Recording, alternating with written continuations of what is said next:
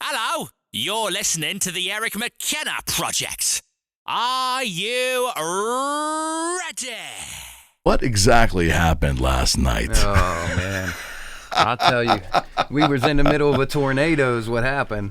I told you, Southwestern PA, the warnings were there. Yeah. The warnings were happening. Actually, I was doing a radio show locally here. I do on Saturday mornings for real estate, and the warning came through. Mm-hmm. Of course, no one told me, so there was probably 4 minutes of dead air. But you were playing, was it yesterday afternoon? Yeah, it was yesterday afternoon. We were setting up. We were actually all set up for the Ambridge fireworks. We had all the gear set up. We're getting ready to go. We're doing sound check. Right. And next thing you know, it just opened up. It just roared through. It opened up. I mean, like you wouldn't believe, It went from being completely calm to hail and trees were getting knocked over 20 feet from us, knocked the power lines over. It was crazy. Wow. Yeah. Wow. So was it wind and rain, or just mostly just wind? It was both. I mean, it was so hard it was raining sideways, hailing sideways. I mean, My God. Seriously, my daughter and my wife were there. Wow. And my whole band family. Sure. It might have been the scariest 10 minutes of my life. Really? I mean, because specifically because my wife and my daughter were there. Yeah. No question. No question. Wow. So you guys didn't play at all? No. No way. No, needless to say, equipment got wet. Everything got drenched. So you're waiting today to find out what's salvageable and what isn't. Yeah, we Wow, threw that's everything in the basement and put it on a dehumidifier. Yeah. Amps are always the toughest. They're so temperamental. Mm-hmm. So temperamental. Yeah. And it was funny because I was looking on social media last night and people were still asking, "Are the fireworks still on?" Yeah. I know people are like, "But are the fireworks still on?" That's Southwestern PA, though. I mean, It's like, at a baseball game, it's bobbleheads, right, fireworks, yep, and free beer, maybe. Anyways, So you have such a compelling story, I believe. So let's take it back and we'll proceed a little bit here. And I don't usually do what I call historical interviews, but I want to kind of somewhat do it that way with you because I'm really fascinated to hear it. But let's start out with influences. And when did you first have a guitar put in your hands, or you picked up a guitar? Man, my dad was probably my biggest influence, even still to this day. You know, Right. I have my first memory was probably 3 years old. Yeah. Sitting in a chair with a guitar in my hand, a little Willie Nelson guitar, in a microphone in front of me, kind of just like this. Yeah. It's surreal because I was just going through pictures and I found that specific one. Right. Right. My dad, he was in a band when I was younger, and that kind of influenced me. So time frame, was he in a band in the 70s, 80s? Early 80s. Yeah. What kind of music? Rock. Oh yeah. Yeah, Southern rock. Southern rock. Nothing wrong with that. Nothing wrong with that at all. No. Look at you now. Yep. Outside of your dad, though, what'd you listen to when you were a kid? A little bit of everything. I grew up on Skynyrd, the Eagles, Zeppelin. But you kind of missed all that stuff. That was your dad's music, right? It was, but him listening to it, yeah, that's kind of what I grew up on. That's awesome. And then the early 90s, like today, my music playlist is very eclectic. You might get some Skynyrd, you might get some Tupac. I grew up in the 90s, and all that was big back then. We won't hold that against you. I think it was actually a blessing because at an early age, it taught me to not keep myself in a box. And later down the road, when I decided I was going to do music full time, it was people kept asking me, well, what genre are you? Right. It's a shame though. Yeah. We even asked that question. What genre are you? What would you describe? What would you describe yourself? And I always told them I'm not going to put myself in a box, because once you do that, then you're confined to whatever that is. Oh, absolutely. Absolutely. And I think the era that you grew up in was still, record companies were still trying to pigeonhole music. You probably watched that 80s metal thing toward the end, then the alternative thing, then you blend in some gangster rap there, and hip hop somewhere is floating amongst all of that stuff. And then you have traditional country still over here, and then obviously all of a sudden Garth Brooks and that pop country. Yeah, the new era. So there, you saw an amalgamation. Yep. And you just were influenced by all that, right? Mm-hmm. Yeah. It was beautiful, you know, you just being able to blend. That's the good thing with like today's country, I would say, in my opinion, is you got pop, you have rock, you have, you know, soul. It's all mixed in one, and it all just comes together beautifully. Let's talk guitar for a second. Let's get a little nerded out on guitar here. So you walked in here with the Taylor acoustic, which is that's your main baby, right? Yeah, she's my baby. Yeah. So on the guitar front, what do you like better? Do you like playing acoustic or you like electric? Probably acoustic. Okay. Oh, you're honest. And of course, with acoustic guitar, they're plugged in. There's electronics that go with it, as we were talking off camera a little bit too. Take me back to the when you decided that you were actually going to do music. Like, what was the trigger there? Was it someone telling you, "Hey, I heard you sing in the car," or "Hey, I heard you sing. You can do this," or was it organic? How did it happen? It was just one day you're like, "I'm going to start a band." It is crazy how all that worked out, because I played music from such a young age. When I started, I was probably 14, 15, like really like trying to learn. And then I played for a few years, and then I kind of put it down for a while. Okay. I was involved in girls and partying, and everything else was more important at that time.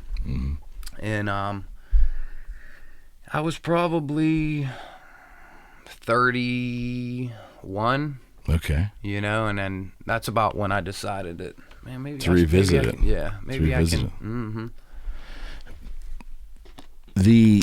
Talk about your influences. Obviously, you mentioned all these different genres, and I read somewhere in your bio too that for a while there you were like massively into gangster rap or hip hop. Is that right? Yeah. Do you still feel that when you write, there's any kind of nod or wink to any of that anymore? For incorporating? sure. Really? For sure. I mean, it's in not lyrical content, or is it maybe beat? I wouldn't necessarily say like gangster rap. Okay. But I don't even know what that really is, to be honest with you. The genres are so blurred now. But I would definitely say I'm influenced by it.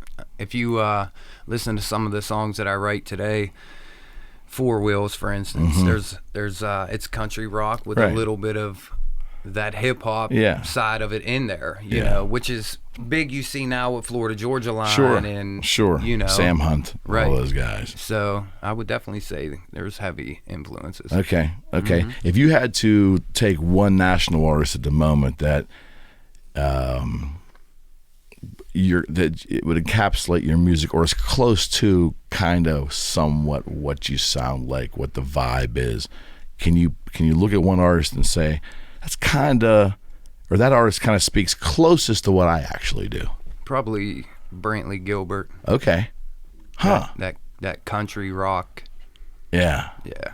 Yeah, and that's appealing. It's always been appealing to me, because I think that there's a natural blend. I never really understood when I was young. You know, Marshall Tucker, then there was Lynyrd Skynyrd, then there was elements of the Allman Brothers. That Southern rock genre, which was puzzling to me because it was so well received in Southwestern PA. You know, we're above the Mason-Dixon line, right? But Southwestern PA really embraced Southern rock. Would you not agree? Is that what you always felt too? For sure, yeah. Yeah. Whereas if you go to some other parts of the state, or you head more east, you know, it's not as embraced. Yeah, or even like the Baltimore, and even like North Carolina, South Carolina, it's not as strong as it is obviously in the Deep South. But Pittsburgh just always loved that. I mean, that's probably, and obviously your dad did too. That's what you were raised on, right? Yep. What's your thoughts on Skynyrd? And do you feel any kind of connection to that band? The reason I ask is they're so big in Southwestern PA. Yeah, I love them. Okay. They're the first concert I ever went to. My father took me to. Like, love them.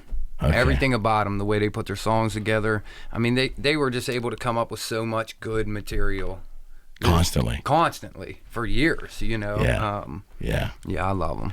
They're one of my all-time favorites. Well, the reason I ask that is I hear a little bit, if I look back at your influences, what you state are your influences, when I listen to your music, that's the one band that comes to mind. There's just elements of just of Skinner in there. Yeah. And what was great about them too is I never felt they repeated themselves. I mean, there was differentiation between songs. I think you have that. Oh, thank you. Yeah, I definitely think you have that. That's a huge compliment. Well, that's what I believe to be true.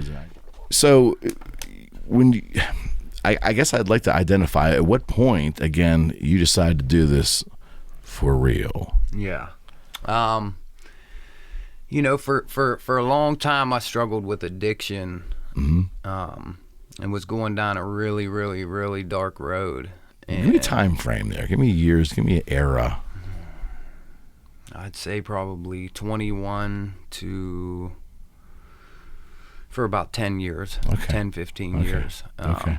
Like my parents actually got a divorce when I was 21, and it kind of Sure. shot me in that direction, you know. But I struggled with that for years, and like I said, I put the guitar down. I wasn't doing any music. I wasn't focused on anything. But So during the addiction, there wasn't any music? Not really. Interesting. No. Okay. No, there was no guitar. There was no writing. There was no, anything. And towards the end of that journey, I remember I was trying to get clean, and I had a couple days clean or whatnot, and for whatever reason just pulled my guitar out. It wasn't like some aha moment, or it wasn't like somebody said, oh, well, you're good at that, you should do this. It was just like I was looking for something to fill the time. And I pulled the guitar out, and I remember like I hit that first key, and just right then it was just something clicked. It resonated with you. Yeah. And it was kind of just like skyrocketed from there.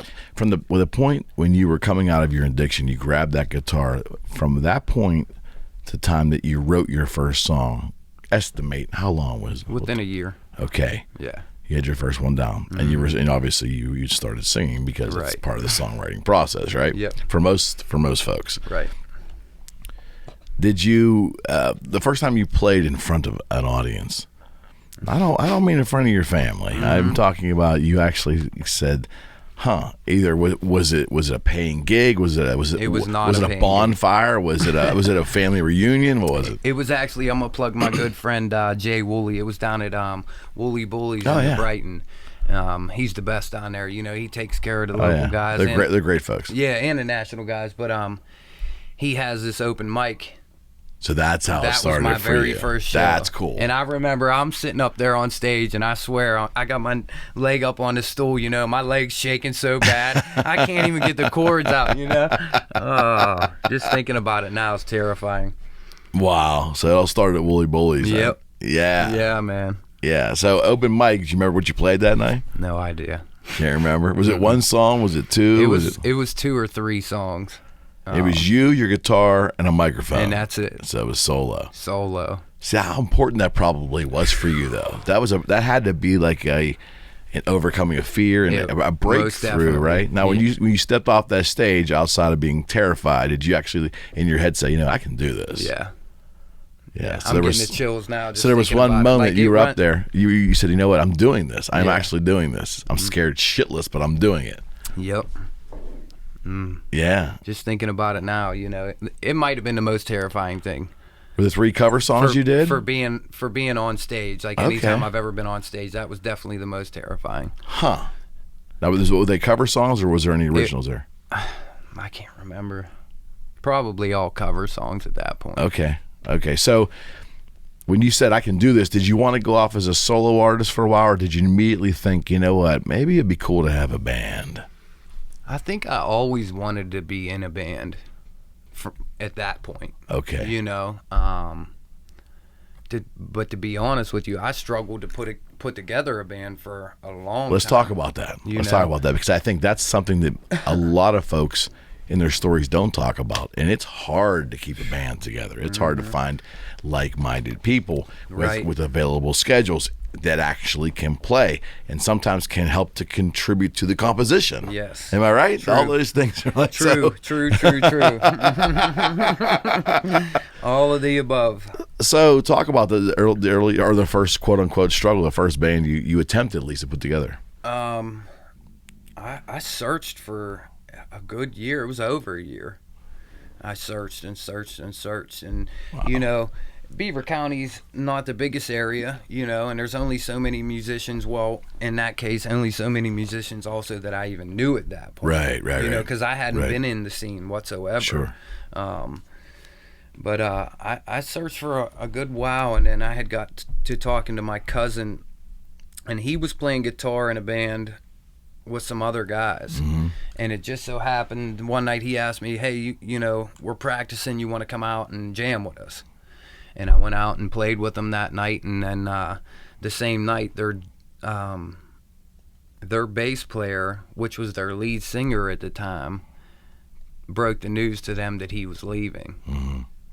It's a typical And rock and roll story. It was like the stars have aligned. Here's your opportunity. Here's your That's band. how it happens. And it was crazy, because if I wouldn't have went out there, that would have never happened. You know what I mean? Right. And I'm a firm believer in everything has. Now you said the bass player was leaving. Their bass player, So and he was their lead singer. So did you play bass I initially? didn't play. So they bass. had to find a bass player. So we found a bass player. Okay. And I played rhythm guitar and lead singer. Okay. Yeah. So at that time, give me an example of stuff you were playing. Was it country rock? Was it more hard rock? What was it? It was country. It was rock.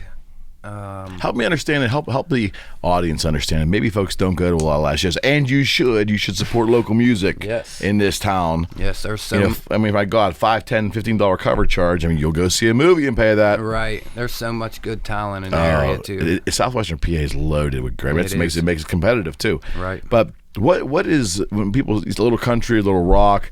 So if someone would have gone to that show back then, give me an example of what they would have heard. Oh. Even if you can't remember a specific song, just give me an example of the vibe.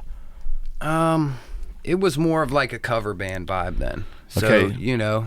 So maybe was it country interpretations of some rock songs? 'Cause I think that happens a lot too. You take a song like I heard a band do an AC/DC song, Back in Black, but do it with acoustics and have a little bit of a country vibe to it. So I think that happens a lot too. Oh yeah, for sure. Even today in the project that I'm working on now with the guys that I'm in, our influences from our past all come into the music we play today. So we might play a country song that you've heard on the radio or whatnot, but we play it our way. Mm-hmm. So it gives it our own little twist. Flavor. Yeah. Yeah. Okay. So I think that's a misconception too. I've been friends with Abby Abendanza with Poverty Neck for a long time, and now the Hillbilly Way and JR.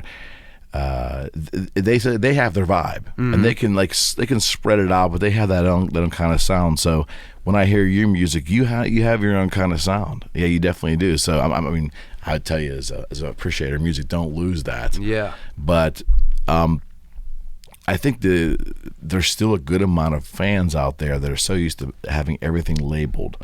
That's not rock. That's country. Right. Or this is not country. That's rock. No, it's just the output. It's just what they do. Right. It's just what they do. Well, that's what makes you unique to what you're doing, in my opinion.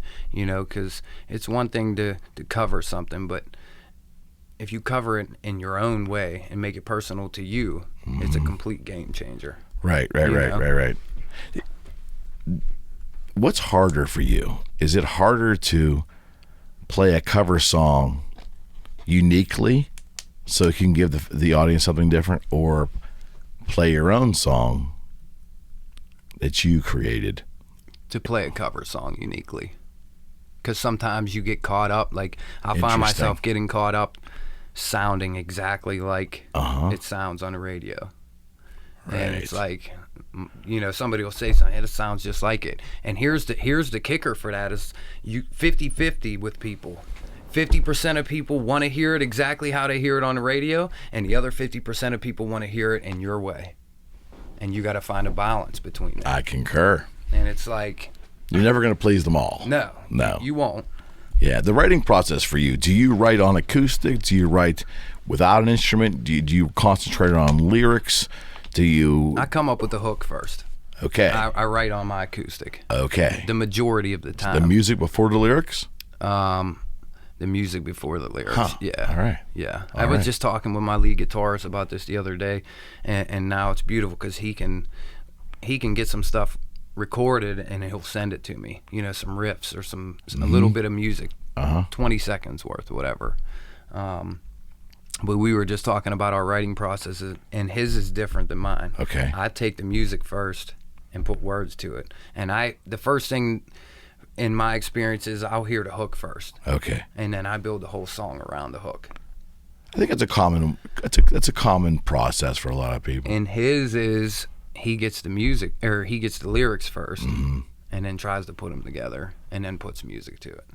Which to me would be more difficult, I think. Yeah. Just from the way my brain's wired. Yeah, like I can't sit down and just write a song and say, like, right now, okay, I'm going to write a song and even put an hour aside a day that I'm going to take and go write, because it just doesn't work for me. Yeah. It always comes to me like when I least expect it. I'll be just So jamming inspiration something. can come from anywhere. Right. Do you believe in the writing process? There's two philosophies I think that are always out there that you hear. One is that I have to schedule myself an hour and a half. I'm going to quote unquote go write. Yeah. Or do you believe that it just comes when it comes, and you have to be ready to accept it when it comes, and you have to somehow find a way to get it down when it comes? Yeah. Like what works for you? Can you actually be regimented enough to schedule time to write? I've been tossing the idea up to specifically set aside 10-15 minutes a day to just write, but not necessarily write a song, just write whatever comes to my mind. It's supposedly, I've never done it, I don't know, it's supposed to help in the creative process, get your creative juices running. The journal every day. Right. But for me, like I said, it's such random times. You know, I could be in the car and hear another song. Yeah, an influence. And you know, and then it's like, oh, okay, that's a good idea. You know? Yeah, I mean, because nothing's original, and I, you know, obviously you don't want to plagiarize anybody. There's only so many chords. There's only so many finite notes on that fingerboard, my friend. Right. Yeah, there's only so many, and let's face it, the 3-chord song is pretty much the staple of American music, Right. Blues music. Yep. Talk about blues for a second. Were you ever exposed to that when you were younger? Not really. Not real traditional blues, like it was. Were you aware of like Eric Clapton? I was. Okay. Yeah.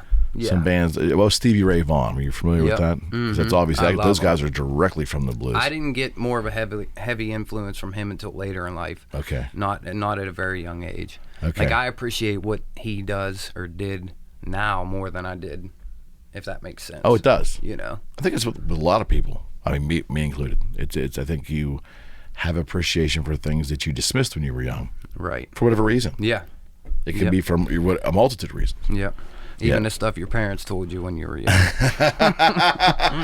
Not music related. You know, as you get older, you're like, man, my parents are right. Yeah. You That's just, I think that's just a circle of life. But Yeah. on the music front, though, I can remember being tossed albums by my folks too. I'm like, yeah, okay. Like, Creedence Clearwater Revival for me was something my folks played all the time, and I don't know if I just was sick of it. Yeah. I don't want us to, but later in life, you kind of make that circle and like, wow, that was some good stuff. Yeah.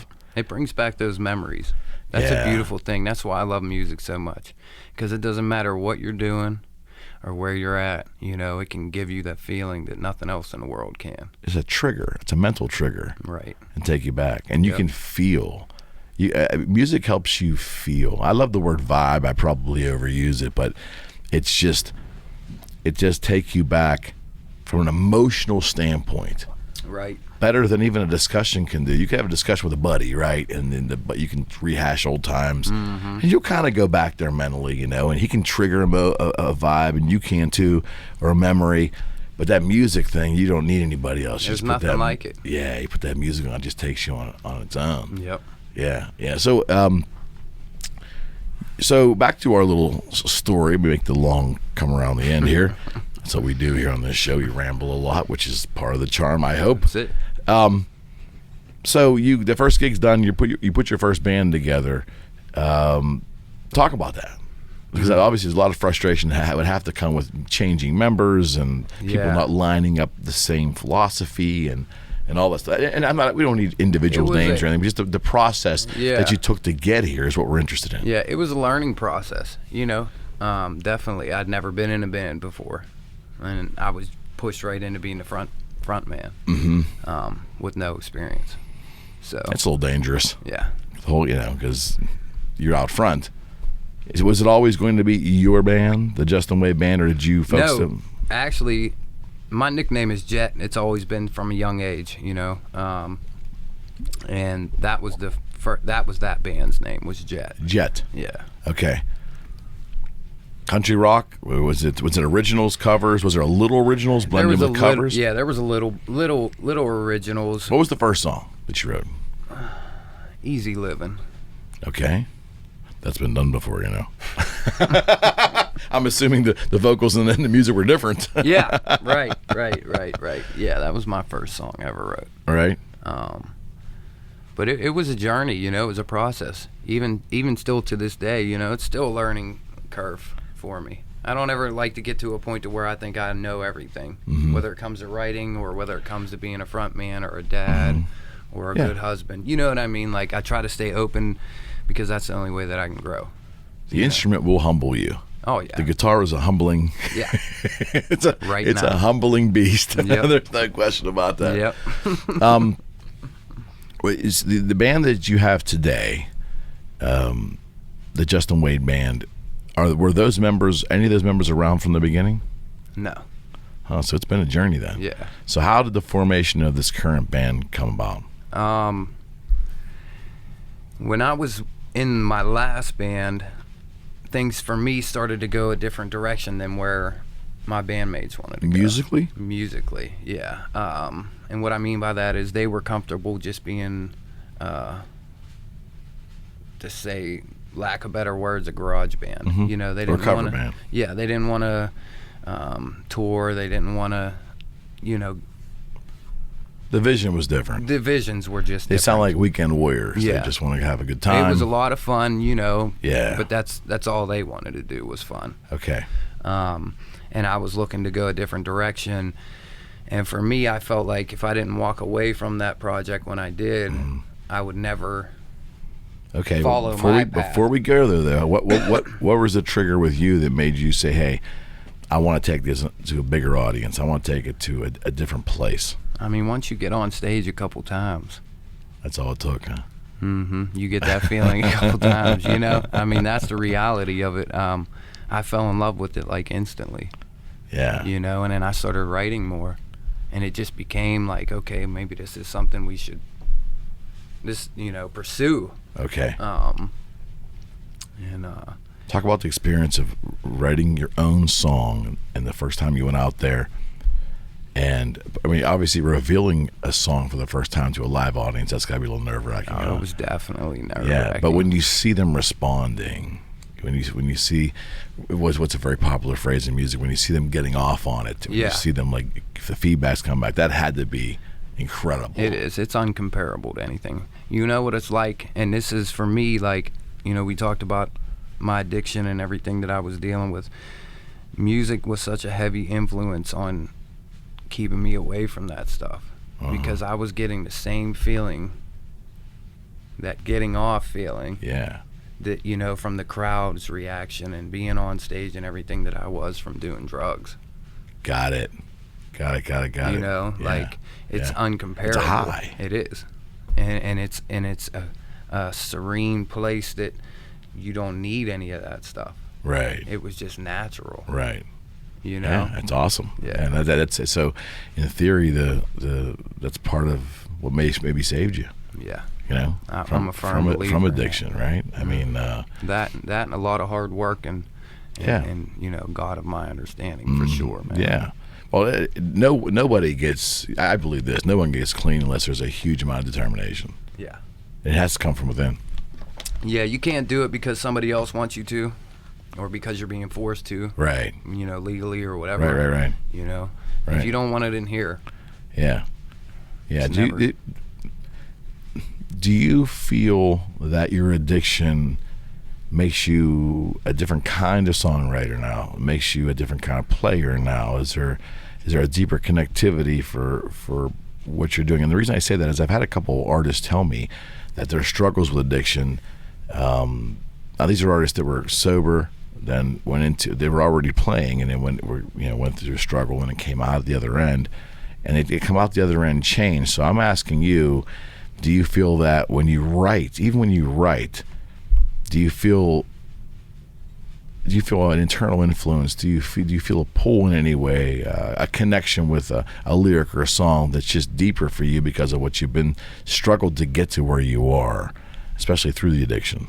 I would say that not just specifically music, but in every aspect of life today, it's a different connection with everything because of that. A deeper level, more taking a look at things, in a different way that I wouldn't before, for sure. So obviously you got a family, you've got concerns in regards to taking care of them, and I know you and your father work extremely hard at the construction business. We do. Which probably does not leave you a lot of time for music. I mean, I can share this. We had some scheduling issues here to get him in, obviously, because you play a full schedule. I mean, I looked at the tour itinerary there for past and present. I mean, you guys your book's solid. Yeah, it's a blessing. It is. It is. I get that too. That's a lot of work, though. It is. It's a lot of work. Yeah. I mean, how do you? I guess my point is, how do you find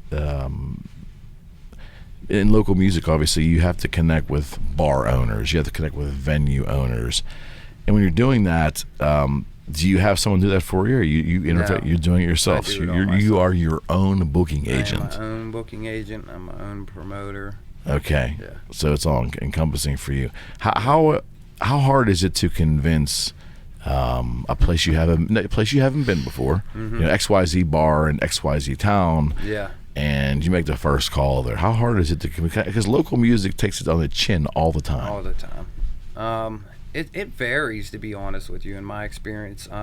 Sometimes I'll call somewhere, new establishment, and there's no problem. Yeah, let's set a date, pick a date. Other times I can't even get an email back. I can't get a phone call back.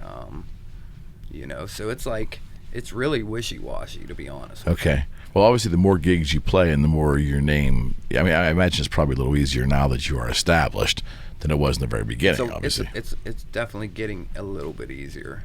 Okay. It was. In the beginning, it was really hard, because you don't know anybody. I didn't know any contacts. Yeah. I didn't have any relationships with anybody. Right.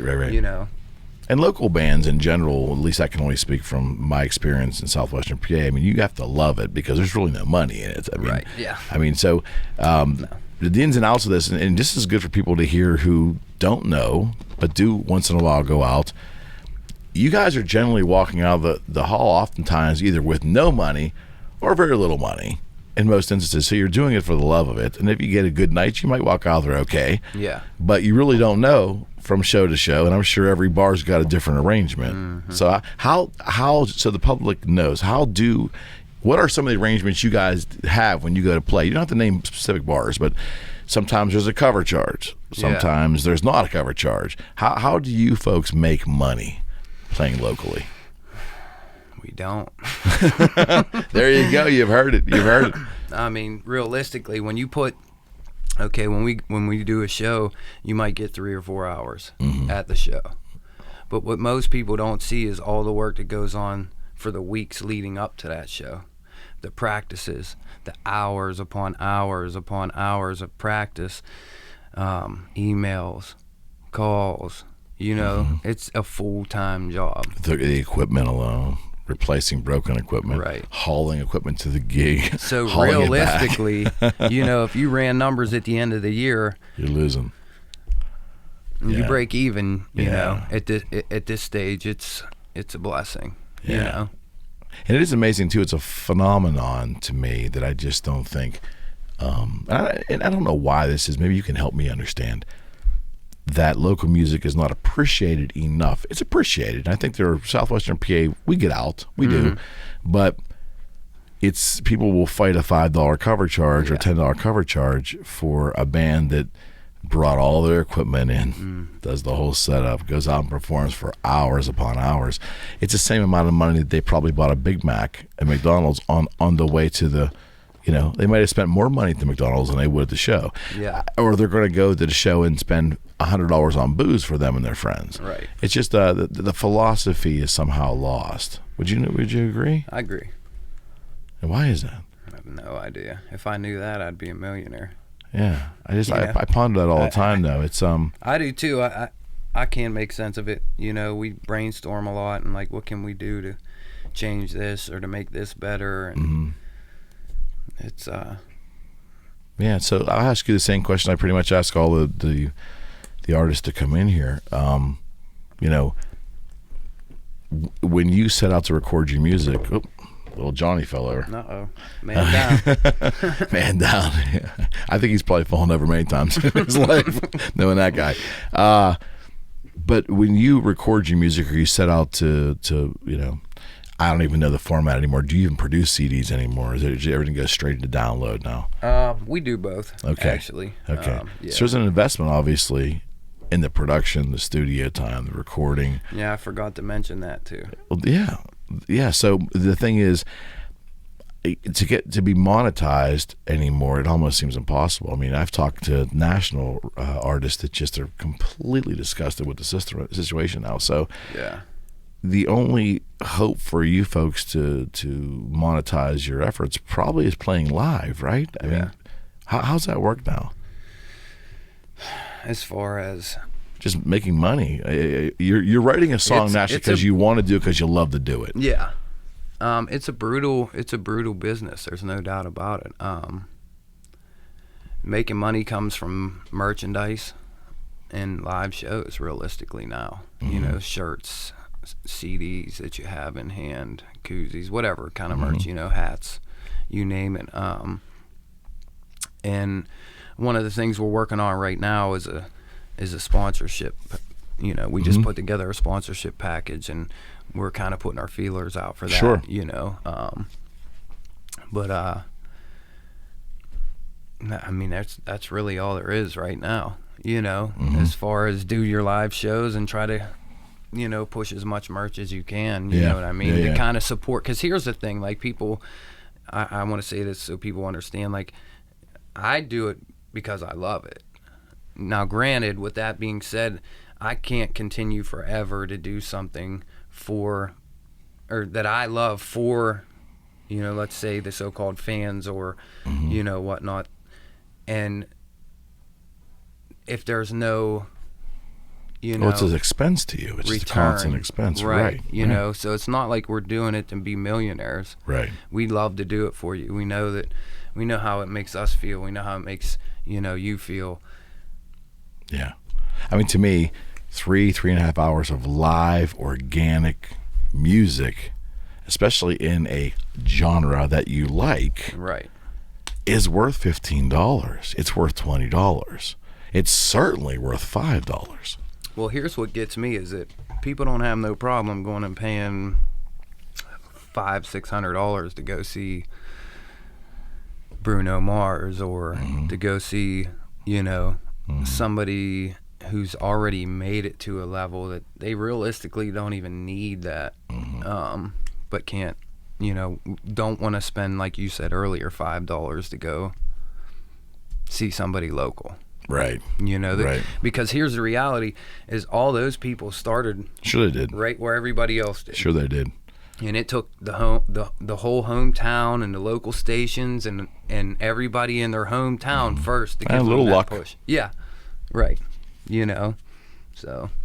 Yeah, and I think that's been but any local band that's been playing for decades probably feels that the local music isn't respected as much. But anyone that plays out too is you got to have a love and passion for it. I mean, you have to, because at the end of the day, it is what it is. But you keep doing it; it's in you, right, to do it. But the latest song you have, I think, is "Woman." Is that correct? Yeah, story to tell and woman. Okay, so when you the hope is obviously for radio airplay. The hope is for it to be picked up. Hope to have obviously organically the vibe at the shows, the people enjoying that song. Yeah. But to monetize the song now, what's the process to do that? I mean, it's just is it Spotify? Is it iTunes? Is it Google Play? It's everywhere you can download music right now. Yeah. But then it's up to you then to promote that. Is that right? Yep. And I think it's so difficult for younger artists anymore. And obviously record contracts aren't being given out.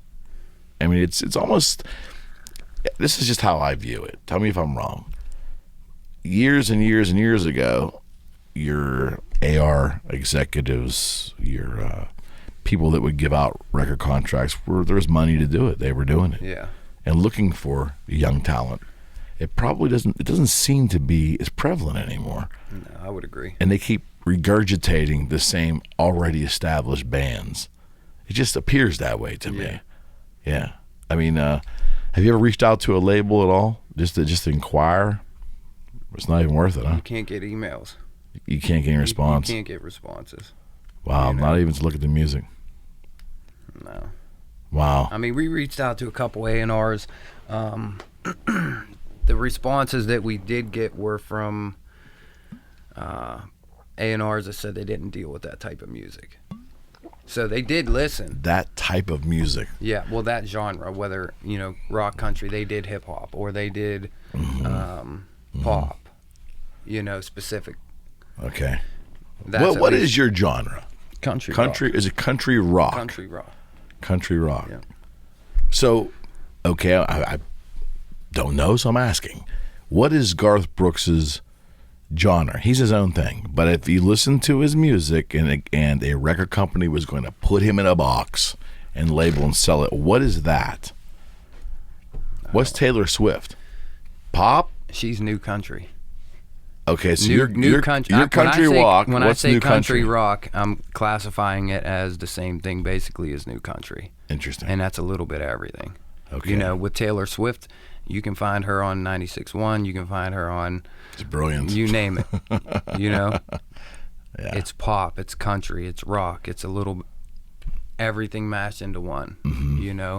That's the place that I foresee Justin Wade band music being. Okay. That's idealistic for me, is because, like I said earlier, not wanting to put myself in a box. I don't want you to just be able to hear it on one station. Right. Or, I would love it to be able to be heard on any platform. Yeah. You know what I mean? Yeah. I mean, Abby Abendanza talked about when the Poverty and the Hillbillies were in their heyday. They had a song on DVE, and the same song was being played on Froggy and Y108. Right. And DVE, which that was a It's beautiful. feat. That's a feat. Right. I mean, that's a feat. But I imagine it can go the other way. It can go to the pop stations in town, whether they're 107, 100.7, I don't know. But you could be on Froggy or Y108 and also be on a pop station. That'd also be a great feat as well. Right. Yeah, it's I will tell you, in researching you and your band, there are a lot of tremendous reviews. I mean, I don't know if you see them all. I'm hoping you do. But I went to multiple websites and even believe it or not, there's still kind of, not message boards, but there's still articles that have comments behind them. I don't know if they're linked to Facebook. I'm not sure how that works. Yeah. But there's the vibe is good for you. Yeah. I mean, I hope you're feeling that because. We definitely do, and we appreciate it more than, words. Yeah. Yeah. And I've watched some fan footage. Some of your fans will take footage of the live shows, and most of the time you got a big old grin on your face. So obviously it looks like it looks like you're thoroughly enjoying yourself up there. I do. Yeah. So again, I don't want to be philosophical here, but do you see anything on the horizon from your vantage point that it's going to help local artists start to monetize? Is there any new technology that might be coming to help you maybe enable you to get more streams out? Or streaming is a bad word. I know you folks are paid so little on that. It's almost a joke. Yeah. But is there a way to maybe, sell your uploads directly from your website? Is that a possibility? You can go to the website now and you can download the music straight from there. You can do it straight from Facebook, Spotify, iTunes, of course, all that. Yeah. Have you outside of the, you were out recently on, was it ABC? What was it in Harrisburg? Is that right? Good Day PA. Yeah, Good Day PA. How'd that happen? A lot of emails. Right, a lot of self promotion, right? And they called you, and you drove out there and did that. We did. Yeah, Yeah. And the production was pretty good. I thought for a local television station, it actually sounded really good. Yeah, it was nice. Was that nerve wracking a bit? No. That was no issue, huh? Mm-mm. It didn't miss a beat there. No. Yeah, I thought it sounded very good. That's just tenacity on your behalf, just continually going after it and asking for a shot. What's funny is you asked about the nerves or anything like that. And it's me and my lead guitarist, Bobby Thompson. He's hands down, in my opinion, the best guitarist I've ever met. Okay. We have kind of a little joke that we say back and forth to each other. Like, he'll be like, "Man, it ain't even nothing. We were born to do this. This is what we do on a daily basis." And he'll say it to me or I'll say it to him, and it's just. And you got there. I mean, you're now there. Yeah. Now, I'd imagine this one had to be a little different, looking into a massive. I get there was like 3-4 big cameras. Yeah, and they're probably on a roller, right? And some guy standing behind it with his. Yeah, that had to be a little different. Yeah, it was definitely different. It was a lot of fun though. Yeah, so you went out there. How long was the whole thing? You drove out for time you get to the stations and the time you were done. How long was it? We got to the station at about 9 a.m. We did one song, and as soon as we were done with that song, it was live. As soon as we were done with that, they're like, "Hey, you guys are here. We love that. Would you like to stay and do another song?" And we weren't expecting that at all. Yeah. How awesome was that? And we looked around at everybody. And was you don't have to ask twice. I mean, yeah. Come on, we're here now. Yeah, of course we would. We'd love to. Yeah. So yeah. We stuck around for another couple hours. They finished their broadcasting, right? And then we went in and did a recording, which we're waiting to hear back from them now when they're going to air that. Okay. No, that's very cool. That's very good. Now, a lot of the stations are doing like they'll have their regular broadcast and they'll have a web show after or something. Yeah. They'll incorporate that with online. That's it. Let me talk to you about downloading, and then we'll talk a little bit about social media here as well. So you are how old now? 39. All right. He's holding tight that 39 there. So you're old enough. I just had a birthday, man, June 26th. Well, happy birthday to you. Belated. If I had a beer, but it's too early recording today, we would have one. I want to tell you, you are old enough to appreciate or be frustrated by what happened with Napster and the downloading and everything that happened. And we've talked about this on this show multiple times, but I do enjoy bringing this conversation up to all musicians. To me, I've been on record saying it's theft. It's theft. It's 100% theft of proprietary, copyrighted. That's art. What you're creating is art, but it's also your work. And that has really taken just the revenue away from not just established artists. They've made their money. It's people like you who don't have a chance to monetize their work. Right. And do you still dwell on that? I mean, is this still at times does it frustrate you? No, You're kind of over it now. I don't dwell on it. There's no sense in living in it, or dwelling on it because there's nothing. What are you going to do about it? Mm-hmm. You figure out a plan to overcome it and move forward. It's just such a different aspect of music now that you just people go on the web and just take it. Yeah. It's flattering to some degree. Someone wants it, I suppose. Yeah. But the opportunity to monetize that. So you've also seen the birth of social media, starting in probably with MySpace in 05, 06. And then, but Facebook being the heavy, and of course Instagram being owned by Facebook now. Obviously, they're kind of the same, different but the same. Yeah. How important is it for you to pay attention to it, to market on it, and to interact with people on it? I mean, that's a business in itself.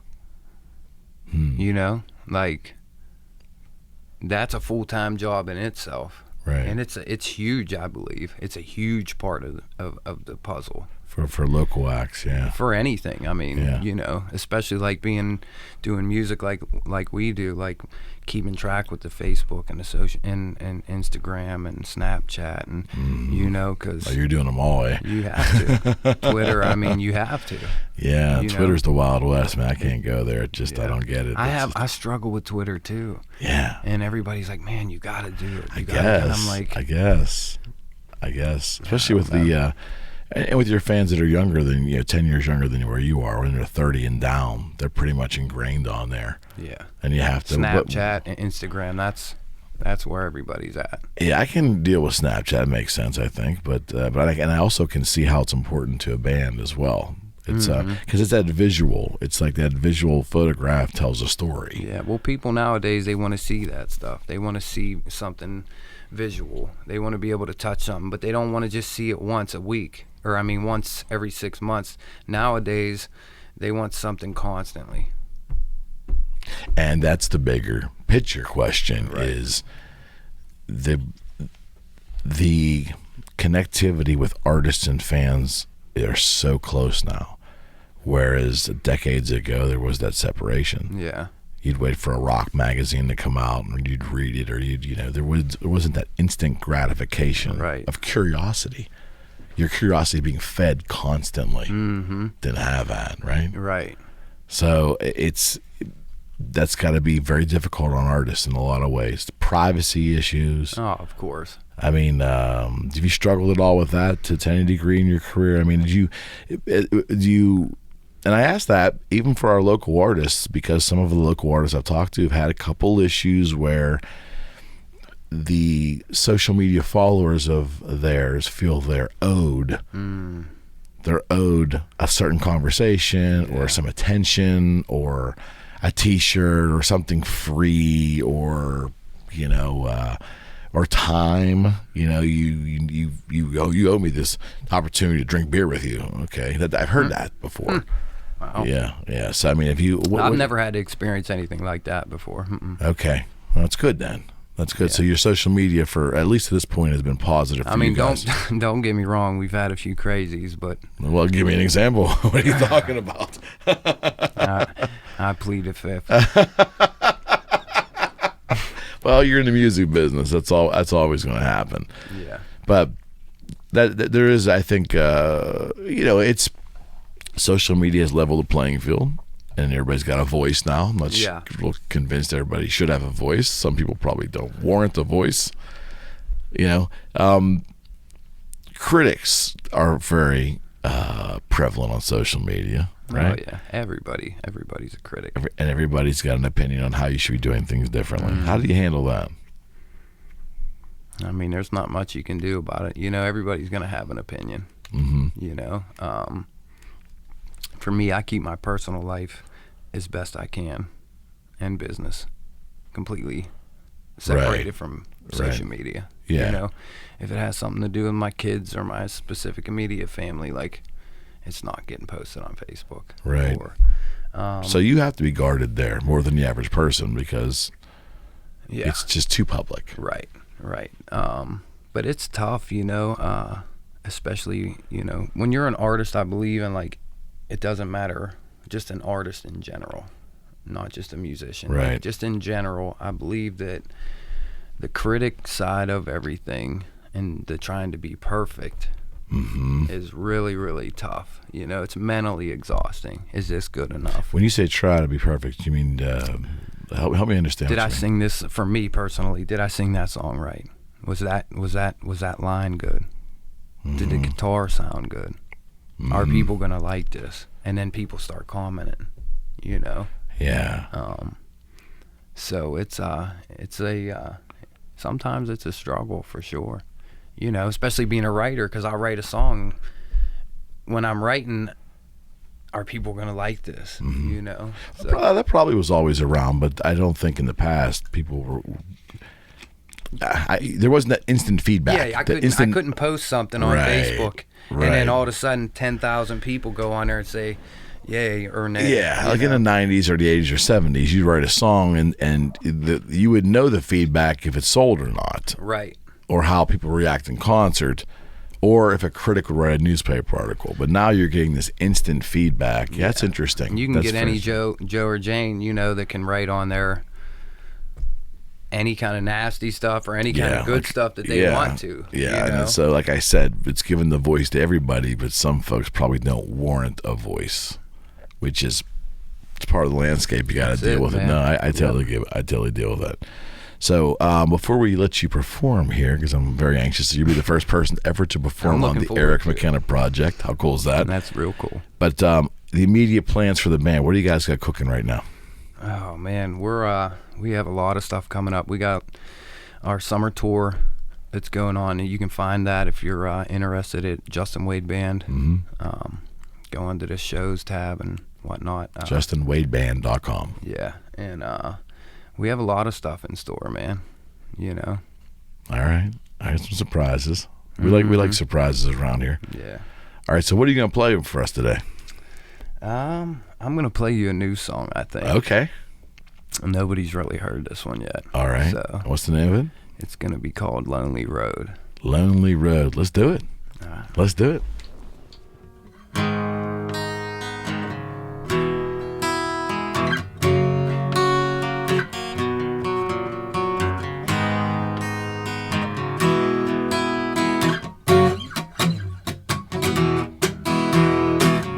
Long days, long nights, I just can't get you off my mind. I can't go, 'cause I won't. And baby girl, I don't know how I can do this. I can't wait, it's so late. And I just wanna take you right back there to my place. Our bodies collide, the temperature's rising. Baby girl, I don't know how long I can do this. Headed down this lonely road, miles and miles of highway to go. To see you, to see you. Your touch, your skin, baby girl, you know you got me feeling. I can't take it, my heart's racing. And baby girl, I don't know how long I can do this. I'm gripping your hair with that devious stare, and I can't take it no more. Let's do it right here. Our bodies colliding, the temperature's rising. And baby girl, I don't know how long I can do this. Headed down this lonely road, miles and miles of highway to go. To see you, to see you.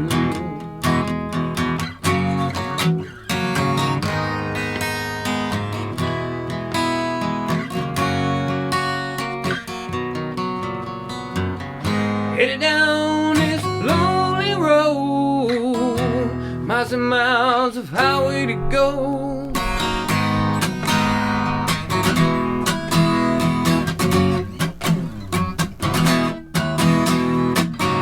Headed down this lonely road, miles and miles of highway to go. It's all for you and you already know it. Miles and miles of highway to go to see you, see you, to see you, see you. Yeah. That was awesome. Thank I you, like man. that song a lot. Yeah. And that's not recorded yet? No. Not for release yet? I'm guessing that's coming. It's coming. You want to do one more? Yeah. You Yeah. pick it. You Yeah, pick I'll it. do one more. Let's try this. Take two.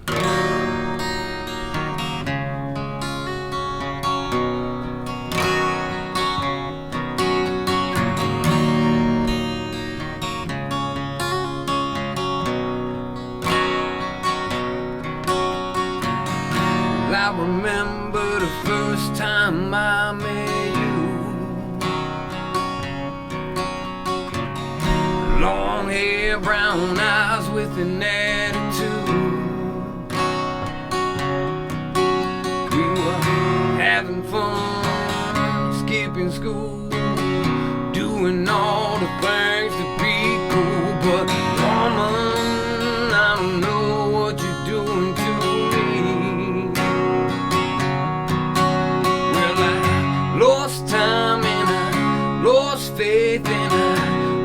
face, but I never lost faith in you. Lost time and I lost faith and I lost face, but I never lost faith in you.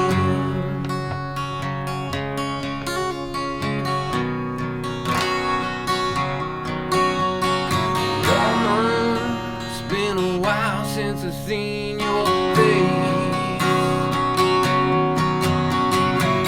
we left school and we both went our separate ways. Well, 20 years and 3 kids, all the life lessons we lived, but mama, I don't know what to do without you. Lost time and I lost faith and I lost faith, but I never lost faith in you.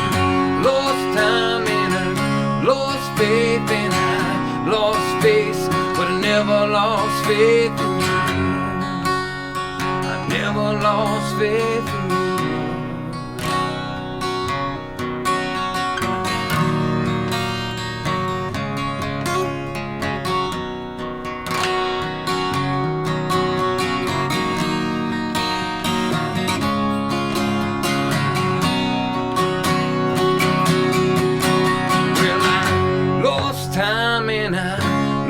Faith and I lost faith, but I never lost faith in you. Lost time and I lost faith,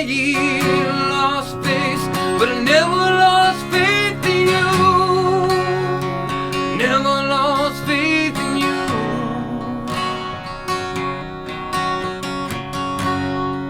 I said I never lost faith in you.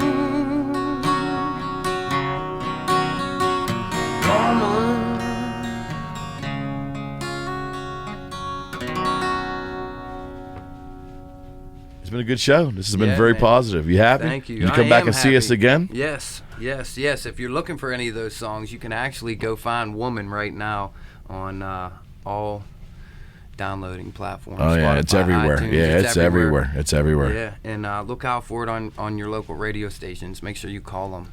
Ask for it. That includes Froggy Radio. Yes. That includes Froggy. Our friends at Froggy. Love them over there. They're Absolutely doing some good things for the local guys. They are, yeah. And we love it. We appreciate it. They're going to do even more of it from what I understand. Yeah. They're trending in that direction. So I'll challenge you to have you back on. I want you to bring your lead guitar player next time too. Yeah. And two, you can maybe do some additional tunes. Yeah, we got a couple for you. Yeah, I'd love to have you both in for sure. Yeah, we love to be back, man. This has been great. Thank you, my friend. Thank you for having me. All right.